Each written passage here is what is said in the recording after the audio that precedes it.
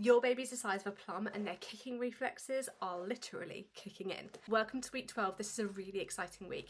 Not only is this the very last week of the first trimester, hopefully your symptoms are kind of easing up a little bit, and you're probably going to be getting your first ultrasound this week. It is one of the most exciting but also potentially nerve-wracking weeks of pregnancy. I'm Joanna, I'm also pregnant, so it's exciting to have you on this journey. Please do hit subscribe if you'd like to see and follow along this pregnancy journey together. I'd love to have you. Let's jump in. What is baby up to this week? What is their growth? Well, at week 12, your baby is 5.4 centimetres long. And that's from head to bottom, so they're about the size of a little plum. All of their organs, limbs and bones are in place, and even their genitalia are now formed. From week 12, your baby is pretty much only going to grow and mature and develop all of those organs and tissues until they're fully grown and developed. What is your baby up to? Well, pretty good reflexes, they've got good movements, they can even move their hands. However, you won't be feeling any movements just yet. That normally happens around week 17, week 18 to week 20. Their fingernails are also sprouting and they'll be a full set by week 33. What is happening to your body? Well, week 12 is a really exciting week because your placenta should have pretty much fully taken over by this point.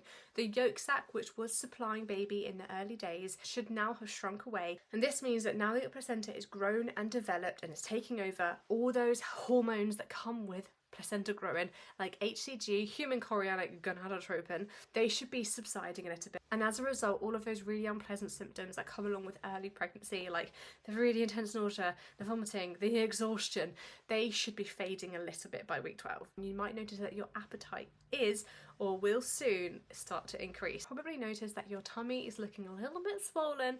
If you haven't been experiencing the bloating like I have, your waist is probably getting a little bit swollen because your uterus is pushing up and out now. So you're going to be getting that little bit of a baby bump. If you haven't got a baby bump, that's fine. Some women just don't really show, especially if they've got like wider, longer torsos. There's just more room for baby. Someone like myself, my torso is literally like that much from like my ribs to my pelvis, so I show early. What are the most common symptoms? Well, you might still be experiencing nausea. This is still common by week 12. For some women, it will phase out around week 14, week 16, but sometimes it can just sort of come and go in pregnancy. You might have mood swings, metallic taste in your mouth, sore boobs, indigestion, heartburn, all those great symptoms that are listed on the NHS website. You probably still could be experiencing those. Something potentially new is a sort of an aching stomach. This is sort of around your uterus where your stomach is popping up and out. These are called ligament pains, where basically the ligaments that hold your tummy together are going to be stretching, so it can be a little bit uncomfortable in the second trimester as your tummy grows. What is my experience of week 12? I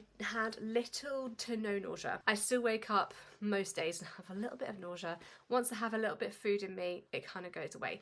Nausea comes and goes, but pretty much at the end of week 9, beginning of week 10, it just kind of vanished. When I do get nausea, it's if I've gone a few hours without eating, and it almost feels as if my blood sugar levels are low. I find that if I eat something quite quickly after I start feeling nauseous, I generally start to feel better. My appetite definitely started to increase around week 12. I'm just a hungry mum. I still had headaches. I wake up most mornings with a headache. I don't know if it's because I'm pregnant and I'm breastfeeding, but like throughout the night, I'm really thirsty, like all the time. Around week 12, I started to get really dry skin. My skin is crusty. So make sure to eat loads of food, drink loads of water, and keep those headaches and those sick feelings at bay. At week 12, my stomach definitely had popped by this point. I think around week 11, my stomach popped, but week 12, it was actually quite noticeable. I also started to have some hormonal acne. As you will probably tell, I have it around my chin and my mouth. That's normally like the hormonal areas to get it. At week 12, I was going to the gym. There were a few mornings where I'd go and it felt like every time I would do any sort of strength training, it felt as if my blood pressure would just like skyrocket, and I would immediately, if I lifted anything, I would get a headache and I'd have to go home. And I started to feel quite out of breath when I was walking. As you can tell, I'm quite breathless already as we're speaking. And week 12, I started to have back pain. This is, again, because your stomach, your uterus is now popping up and outwards. So over the next few weeks, your centre of gravity is slowly going to shift as your belly grows. Centre of gravity is going to be shifting outwards with your belly, which kind of can put a little bit of pressure on your spine, can lead to a slight curvature in your spine. The second trimester is generally the time where people start to feel a lot better, but it can also come with other symptoms like back pain and ligament pain. So just take it easy if you need to.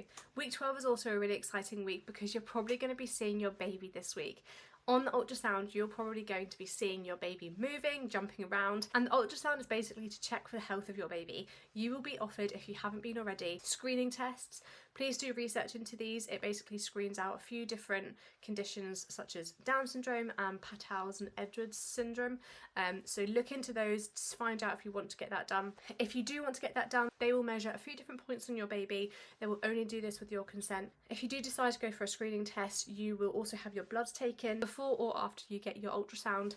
That will take a few weeks to come back, and they'll test a few different things, and you will get a letter through the post or a phone call or something to let you know the chances of your baby being born with these 3 conditions. Again, it's not something that you have to have done, so do your research. But aside from that, it's a really exciting time to see your baby. You'll probably be able to see your baby's heartbeat on the ultrasound as well. And although the baby's sex organs have also formed at this point, it's kind of a little bit hard to pick them up on the ultrasound. So your sonographer won't be able to tell you at this point what gender your baby will be. And because you'll be seeing your baby on your ultrasound, it's an important milestone to find out the health of your baby, see how baby's progressing, the health of your placenta, all these things. Once people have their ultrasound and hit that 12-week mark, people are often more inclined to share that they are pregnant. This is because the risk of miscarriage decreases from week 12. Some people are happy to share the news a lot earlier, some people share it sooner, some people have surprise pregnancies. So whatever you choose to do, that you're well within your right, and just enjoy the process. Let me know in the comments, what have your symptoms been? How are you doing? What has your pregnancy journey been like? I'd love to know. Please do come along the pregnancy journey with me. Hit subscribe and you can follow along all the pregnancy updates, and I'll see you for week 13. Bye!